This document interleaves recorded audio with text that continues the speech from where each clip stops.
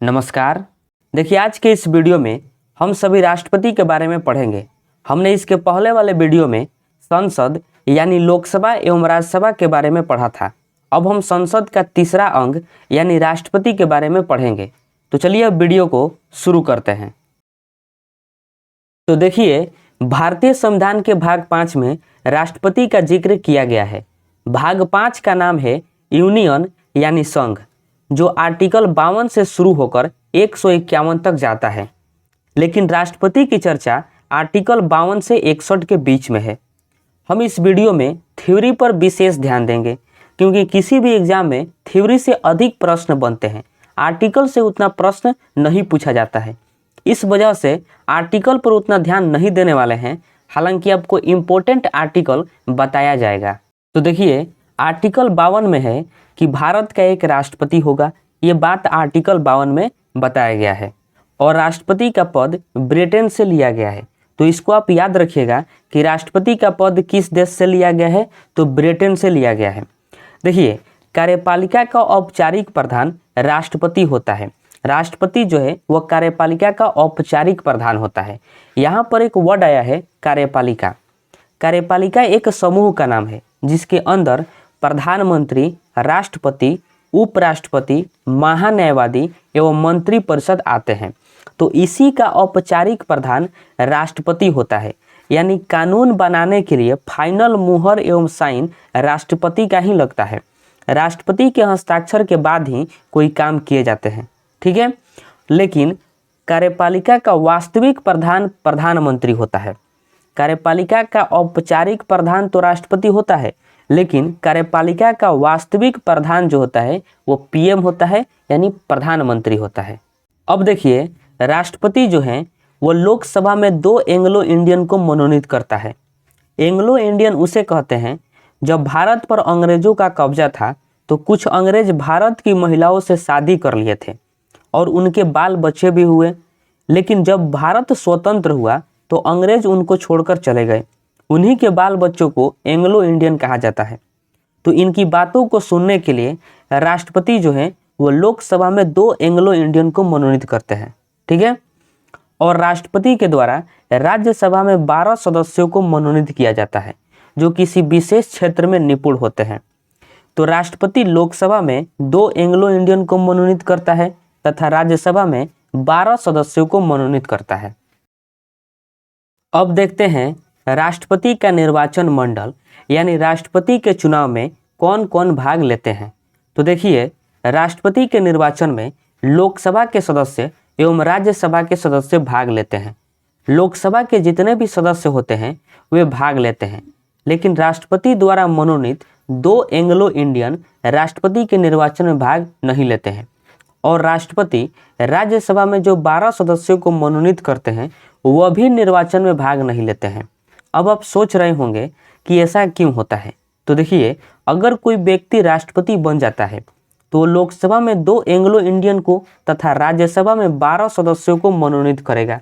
यदि वही व्यक्ति दोबारा राष्ट्रपति का चुनाव लड़े और वह कितना भी खराब हो, तब भी लोकसभा के 2 एंग्लो इंडियन तथा राज्यसभा के 12 मनोनीत सदस्य उसे ही वोट देंगे, चाहे वो कितना भी खराब हो, क्योंकि वही इन लोगों को मनोनीत किया था। इसलिए कहा गया है कि राष्ट्रपति द्वारा मनोनीत जितने भी सदस्य हैं, चाहे वो लोकसभा के हो या राज्यसभा के हो, वो राष्ट्रपति के निर्वाचन में भाग नहीं लेंगे, ठीक है। वही सभी राज्यों के विधानसभा सदस्य राष्ट्रपति के निर्वाचन में भाग लेते हैं, लेकिन विधान परिषद के जो सदस्य होते हैं वह राष्ट्रपति के निर्वाचन में भाग नहीं लेते हैं। इसका सबसे बड़ा रीजन है कि भारत के सभी राज्यों में विधान परिषद नहीं है। इस वजह से विधानसभा के सदस्य तो भाग लेते हैं, लेकिन विधान परिषद के सदस्य भाग नहीं लेते हैं राष्ट्रपति के निर्वाचन में, ठीक है। अब आइए देखते हैं कि राष्ट्रपति का निर्वाचन कैसे होता है। तो देखिए, राष्ट्रपति के निर्वाचन की चर्चा आर्टिकल 54 में है। तो इसको याद रखिएगा कि राष्ट्रपति का निर्वाचन जो है वह आर्टिकल 54 में है। और राष्ट्रपति का निर्वाचन एकल संक्रमणीय अनुपातिक पद्धति द्वारा अप्रत्यक्ष रूप से गुप्त मतदान होता है। अब आइए इसके बारे में जानते हैं कि एकल संक्रमणीय अनुपातिक पद्धति और गुप्त मतदान क्या होता है। तो देखिए, अनुपातिक पद्धति क्या है। इस पद्धति द्वारा क्या होता है कि राष्ट्रपति के चुनाव में जितने उम्मीदवार खड़े होते हैं उनको वरीयता क्रम में वोट दिया जाता है। देखिए, नॉर्मल चुनाव में क्या होता है कि जैसे मुखिया का चुनाव हो या सांसद या विधायक का चुनाव हो, तो उनके चुनाव में क्या होता है कि जितने भी उम्मीदवार खड़े होते हैं उनमें से किसी एक को आप वोट देते हैं। जिसको आप जिताना चाहते हैं उसको वोट देते हैं। आपके सामने ईवीएम मशीन होता है, आप जिसको भी जिताना चाहते हैं उसके सामने वाले बटन को दबा देते हैं, उस व्यक्ति को वोट चला जाता है। लेकिन राष्ट्रपति के चुनाव में ऐसा बिल्कुल नहीं होता। राष्ट्रपति के चुनाव में जितने उम्मीदवार खड़े होते हैं उन सभी को वोट दिया जाता है, और वो भी वरीयता क्रम में। मान लीजिए राष्ट्रपति के चुनाव में 3 उम्मीदवार खड़े हैं, ए, बी और सी। तो कोई सदस्य एक्स आया वोट डालने के लिए, तो उसने देखा कि मुझे सबसे ज़्यादा पसंद कौन है, जिसे मैं जिताना चाहता हूँ, तो उसे सबसे ज़्यादा पसंद है बी उम्मीदवार। तो उसने बी उम्मीदवार को 1 नंबर पर रखा। फिर उसने सोचा यदि बी उम्मीदवार नहीं जीतता है तो मैं किसे जिताऊंगा। उसने सोचा कि ए को जिताऊंगा, तो उसने ए उम्मीदवार को 2 नंबर पर रखा, और लास्ट में सी उम्मीदवार को उसने 3 नंबर पर रखा। फिर कोई दूसरा सदस्य आया जिसका नाम है वाई, और इसको भी सबसे ज़्यादा पसंद है बी उम्मीदवार, इसलिए इसने भी बी उम्मीदवार को 1 नंबर पर रखा। फिर इसने भी सोचा यदि बी उम्मीदवार नहीं जीतता है तो मैं सी उम्मीदवार को जिताऊंगा, इसलिए इसने सी उम्मीदवार को 2 नंबर पर रखा, और लास्ट में बचा ए, तो ए को इसने 3 नंबर पर रखा। फिर कोई तीसरा सदस्य आया जिसका नाम है जेड, और उसने ए उम्मीदवार को 1 नंबर पर, बी उम्मीदवार को 2 नंबर पर तथा सी उम्मीदवार को 3 नंबर पर रखा। इस तरह करके वोटिंग प्रक्रिया कंप्लीट हो गई। ठीक है, अब वोटिंग प्रक्रिया कंप्लीट होने के बाद मतगणना होगी, और मतगणना में सबसे पहले प्रथम चरण की मतगणना होगी। और प्रथम चरण की मतगणना में यह देखा जाता है कि कितने लोग कितने उम्मीदवार को प्रथम वरीयता दिए हैं, यानी कितने लोग कितने उम्मीदवार को 1 नंबर पर चुने हैं। तो इसमें देखिए कि ए उम्मीदवार को सिर्फ एक व्यक्ति ने 1 नंबर पर चुना है, और बी उम्मीदवार को 2 व्यक्तियों ने 1 नंबर पर चुना है, तथा सी को एक भी व्यक्तियों ने 1 नंबर पर नहीं चुना है। तो आप इसमें देखकर बताइए कि सबसे ज़्यादा 1 नंबर पर किस उम्मीदवार को चुना गया है। तो आप देख सकते हैं कि सबसे ज़्यादा 1 नंबर पर बी उम्मीदवार को चुना गया है। तो बी उम्मीदवार को जीत घोषित कर दिया जाता है, क्योंकि बी उम्मीदवार को सबसे ज़्यादा 1 नंबर पर चुना गया है। ठीक है, तो प्रथम चरण की मतगणना में यह देखा जाता है कि सबसे ज़्यादा किस उम्मीदवार को 1 नंबर पर चुना गया है, उसी को विजयी बना दिया जाता है। इसी को बोला जाता है अनुपातिक पद्धति, जिसमें सभी उम्मीदवारों को वरीयता क्रम में वोट दिया जाता है। ठीक है, कभी कभी क्या होता है कि प्रथम चरण की मतगणना में मत जो है बराबर हो जाता है। जैसे आप इस डायग्राम में देख सकते हैं कि प्रथम चरण की मतगणना में 2 उम्मीदवारों को बराबर मत मिला है, यानी ए उम्मीदवार को 2 लोगों ने 1 नंबर पर रखा है, तथा बी उम्मीदवार को भी 2 लोगों ने 1 नंबर पर रखा है। तो यहाँ पर जो है प्रथम चरण की मतगणना में मत बराबर हो गया, तो इसमें तो दोनों को थोड़ी जिताएंगे। इसके लिए द्वितीय चरण की मतगणना होती है, और द्वितीय चरण की मतगणना में यह देखा जाता है कि कितने लोग कितने उम्मीदवार को द्वितीय वरीयता दिए हैं, यानी कितने लोग कितने उम्मीदवार को 2 नंबर पर चुने हैं। तो इसमें आप देख सकते हैं कि ए उम्मीदवार को सिर्फ एक व्यक्ति ने 2 नंबर पर चुना है, और बी उम्मीदवार को एक ही व्यक्ति ने 2 नंबर पर चुना है, लेकिन सी उम्मीदवार को 2 लोगों ने 2 नंबर पर चुना है। तो सबसे ज़्यादा 2 नंबर पर सी उम्मीदवार को चुना गया है, इसलिए सी उम्मीदवार को विजयी घोषित कर दिया जाएगा, क्योंकि सी उम्मीदवार को सबसे ज़्यादा 2 नंबर पर चुना गया है। ठीक है, तो इस तरह प्रथम चरण में मत बराबर होने पर द्वितीय चरण की मतगणना होती है और रिजल्ट घोषित किया जाता है। अब देखिए, पहली बार द्वितीय चरण की मतगणना बीबी गिरी के समय हुआ था, यानी बीबी गिरी द्वितीय चरण की मतगणना के बाद राष्ट्रपति चुनाव जीते थे। यानी प्रथम चरण में मत बराबर हो गया था, तो द्वितीय चरण की मतगणना हुई थी जिसमें बीबी गिरी जीत गए थे। ठीक है, अब हम अनुपातिक पद्धति को समझ लिए अब हम देखते हैं कि एकल संक्रमणीय क्या होता है। तो देखिए, एकल संक्रमणीय क्या होता है। राष्ट्रपति के चुनाव में जिस उम्मीदवार को सबसे कम वोट मिला होता है तो उसके वोट को अधिक वोट मिले हुए उम्मीदवार में मिला दिया जाता है। मान लीजिए 3 उम्मीदवार हैं, ए, बी और सी। ए उम्मीदवार जीत गया और बी तथा सी उम्मीदवार जो है हार गए, और इन तीनों में सबसे कम सी को वोट मिला, तो सी उम्मीदवार के टोटल वोट को ए उम्मीदवार के वोट में मिला दिया जाता है, क्योंकि सी उम्मीदवार को सबसे कम वोट मिला है और ए उम्मीदवार जीत गया है। तो सबसे कम जिसको वोट मिला रहता है उसके वोट को जीते हुए उम्मीदवार के वोट में मिला दिया जाता है। इसी पद्धति को एकल संक्रमणीय पद्धति कहते हैं। ठीक है, अब देखते हैं अप्रत्यक्ष मतदान क्या होता है। तो देखिए, जब जनता किसी को डायरेक्ट वोट देती है तो उसे प्रत्यक्ष मतदान कहते हैं। जैसे एमएलए एमपी का चुनाव, इनको जनता डायरेक्ट वोट देती है। ठीक है, लेकिन राष्ट्रपति को जनता डायरेक्ट नहीं चुनती, जनता द्वारा चुने गए प्रतिनिधि राष्ट्रपति को चुनते हैं। जनता जो है एमएलए एमपी को चुनती है और वही एमएलए एमपी जाकर राष्ट्रपति को चुनते हैं, तो इसे अप्रत्यक्ष मतदान कहते हैं। अब आप जानते हैं कि गुप्त मतदान क्या होता है। इसमें पता ही नहीं चलता कि आप किसको वोट दिए हैं, इसे ही गुप्त मतदान कहा जाता है। अब देखते हैं राष्ट्रपति की जमानत राशि।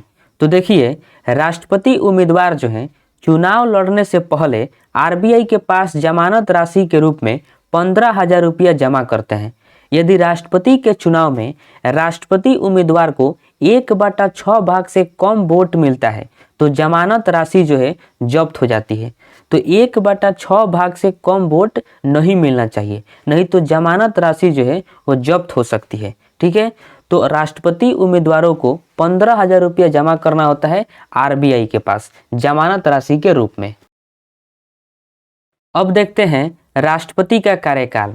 तो देखिए, राष्ट्रपति के कार्यकाल की चर्चा आर्टिकल 56 में है, तो इसको आप याद रखिएगा कि राष्ट्रपति का कार्यकाल जो है वो आर्टिकल 56 में है। ठीक है, और राष्ट्रपति का कार्यकाल 5 वर्ष का होता है। राष्ट्रपति का कार्यकाल कितने वर्ष का होता है?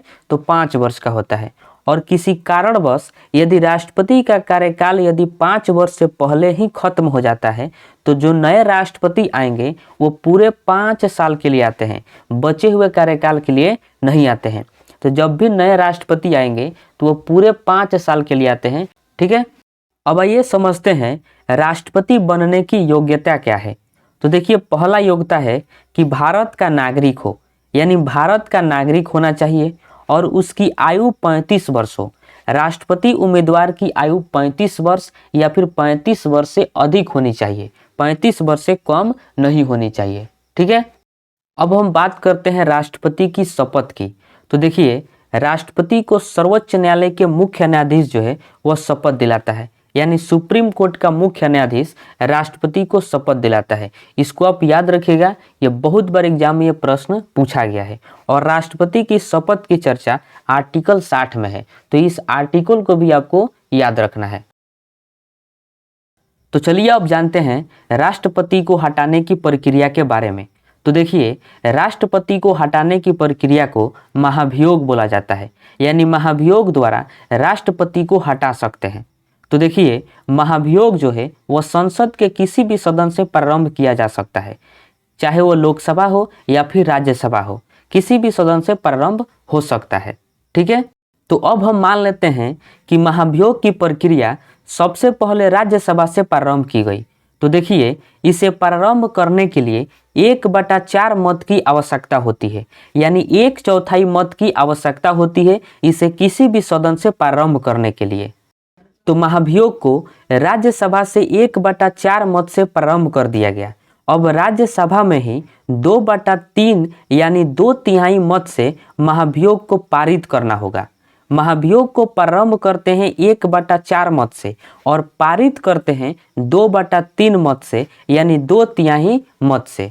जब यह राज्यसभा में पारित हो जाता है तो इसे दूसरा सदन यानी लोकसभा में पारित होने के लिए भेजा जाता है, लेकिन लोकसभा में भेजने से 14 दिन पहले इसकी सूचना राष्ट्रपति को दी जाती है कि आप पर महाभियोग लगाया जा रहा है। इन 14 दिन के बीच में राष्ट्रपति को जो करना होता है वो करते हैं। उसके बाद यानी 14 दिन के बाद दूसरे सदन में महाभियोग की प्रक्रिया चालू होती है। अगर दूसरे सदन में भी 2/3 यानी 2/3 मत से महाभियोग पारित हो जाता है तो राष्ट्रपति को हटा दिया जाता है। यानी ओवरऑल में समझा जाए तो राष्ट्रपति पर महाभियोग किसी भी सदन से प्रारंभ हो सकता है।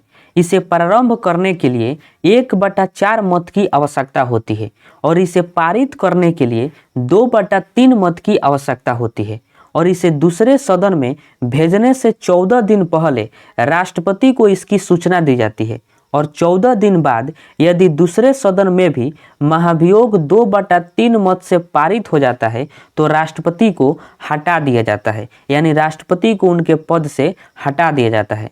ठीक है, आई होप कि आप इसे समझ गए होंगे। अब देखिए, राष्ट्रपति पर महाभियोग की चर्चा आर्टिकल 61 में किया गया है और महाभियोग को यूएसए यानी अमेरिका के संविधान से लाया गया है, तो इसको आप याद रखिएगा। अब हम देखते हैं कि राष्ट्रपति के पास कौन कौन सी शक्तियां होती है। तो देखिए, भारतीय संविधान जो है वह राष्ट्रपति को बहुत सारी शक्तियां देता है। उसमें से पहली जो शक्ति है वह है कि राष्ट्रपति के पास वीटो शक्ति होता है।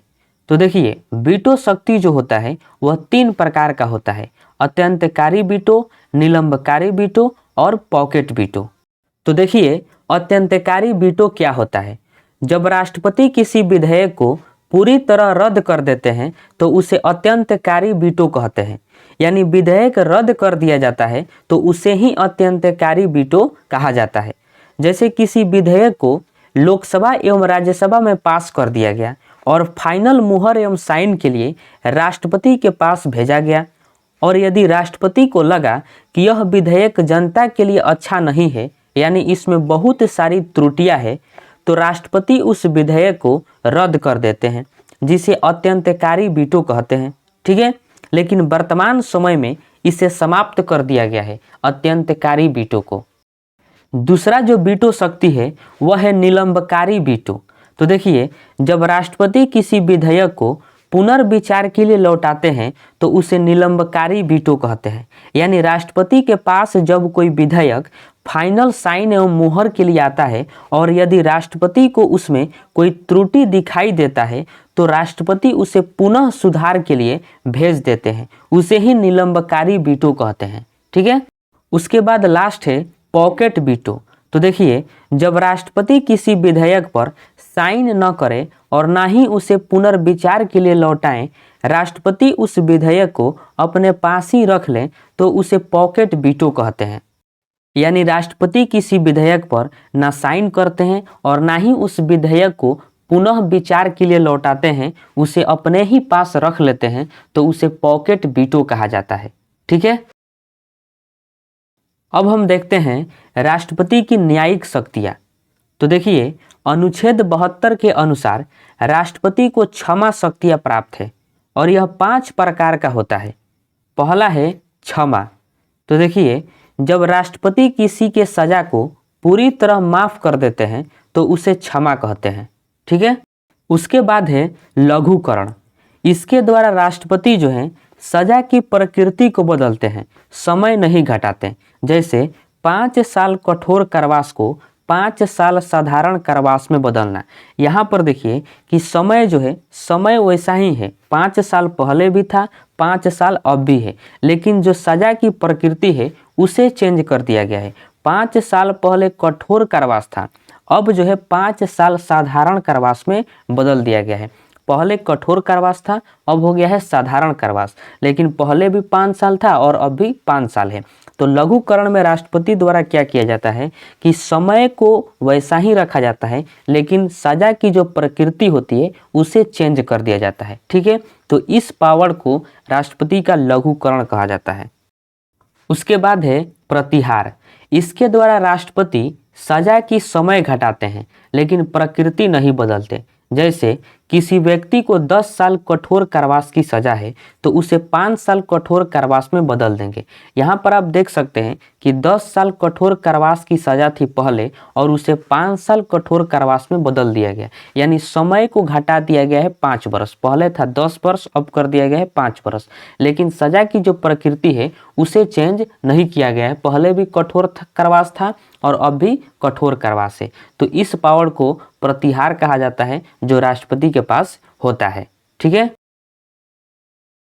आगे है विराम। अगर किसी अपराधी का स्वास्थ्य ठीक नहीं रहता है तो राष्ट्रपति कुछ समय के लिए उसके सजा पर रोक लगा देते हैं, उसे ही विराम कहा जाता है। ठीक है, और लास्ट है प्रतिलंबन।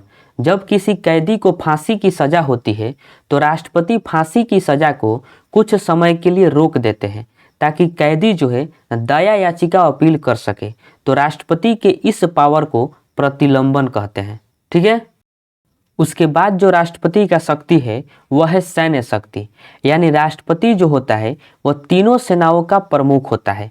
राष्ट्रपति किसी भी युद्ध की घोषणा करता है और युद्ध विराम की भी घोषणा राष्ट्रपति ही करता है। और तीनों सेनाओं का प्रमुख कौन होता है? तो वह राष्ट्रपति होता है। आगे है राष्ट्रपति का विवेकाधिकार शक्ति। इस शक्ति का प्रयोग राष्ट्रपति लोकसभा के त्रिशंकु होने पर करते हैं। त्रिशंकु होने का मतलब है कि किसी भी पार्टी को बहुमत न हो तब। जब राष्ट्रपति देखते हैं कि किसी भी पार्टी को बहुमत नहीं है तो राष्ट्रपति किसी भी दल के नेता को प्रधानमंत्री बना देते हैं और उस दल से कहते हैं कि 30 दिन के अंदर आप बहुमत सिद्ध करें। कैसे भी करके आपको बहुमत सिद्ध करना है, या किसी पार्टी से आप गठबंधन कर लें। यदि आप बहुमत सिद्ध नहीं करते हैं तो आपको पीएम पद से हटा दिया जाएगा और दोबारा चुनाव कराया जाएगा। ये सब राष्ट्रपति अपने विवेक के अनुसार करते हैं, अपने विवेक और बुद्धि के बल पर करते हैं, इसलिए इसे विवेकाधिकार शक्ति कहते हैं। ठीक है, अब आइए देखते हैं राष्ट्रपति का विशेषाधिकार शक्ति। तो देखिए, ये जो शक्ति है बहुत ही खतरनाक शक्ति है। जब राष्ट्रपति अपने पद पर रहते हैं तो उन पर सिर्फ दीवानी मुकदमा ही चलाया जा सकता है, फौजदारी मुकदमा नहीं चलाया जा सकता। देखिए, जब राष्ट्रपति अपने पद पर रहते हैं और किसी तरह का वो अपराध कर देते हैं तो उन पर केवल दीवानी मुकदमा चलाया जा सकता है, यानी केवल जुर्माना ही लगाया जा सकता है। फौजदारी मुकदमा नहीं चलाया जा सकता, यानी उनको सजा नहीं दिया जा सकता। क्योंकि राष्ट्रपति जो है, राष्ट्रपति को अगर कोई भी सजा दिया जाएगा तो राष्ट्रपति का ऐसा पावर है कि वो अपने ही सजा को माफ़ कर सकता है। इस वजह से राष्ट्रपति के पद पर रहते हुए उन पर फौजदारी मुकदमा नहीं चलाया जाता है, यानी उनको सजा नहीं सुनाया जाता है, क्योंकि वो अपना सजा को वो माफ़ कर सकता है। इसलिए उस पर दीवानी मुकदमा लगाया जाता है, केवल जुर्माना लगाया जाता है। जब वो राष्ट्रपति अपने पद से हटता है तब जाकर उस पर फौजदारी मुकदमा चलाया जाता है। ठीक है, और राष्ट्रपति की लास्ट शक्ति है आपातकालीन शक्ति। इस पर मैंने एक वीडियो बनाया हुआ है, अगर आप चाहें तो उस वीडियो को देख सकते हैं।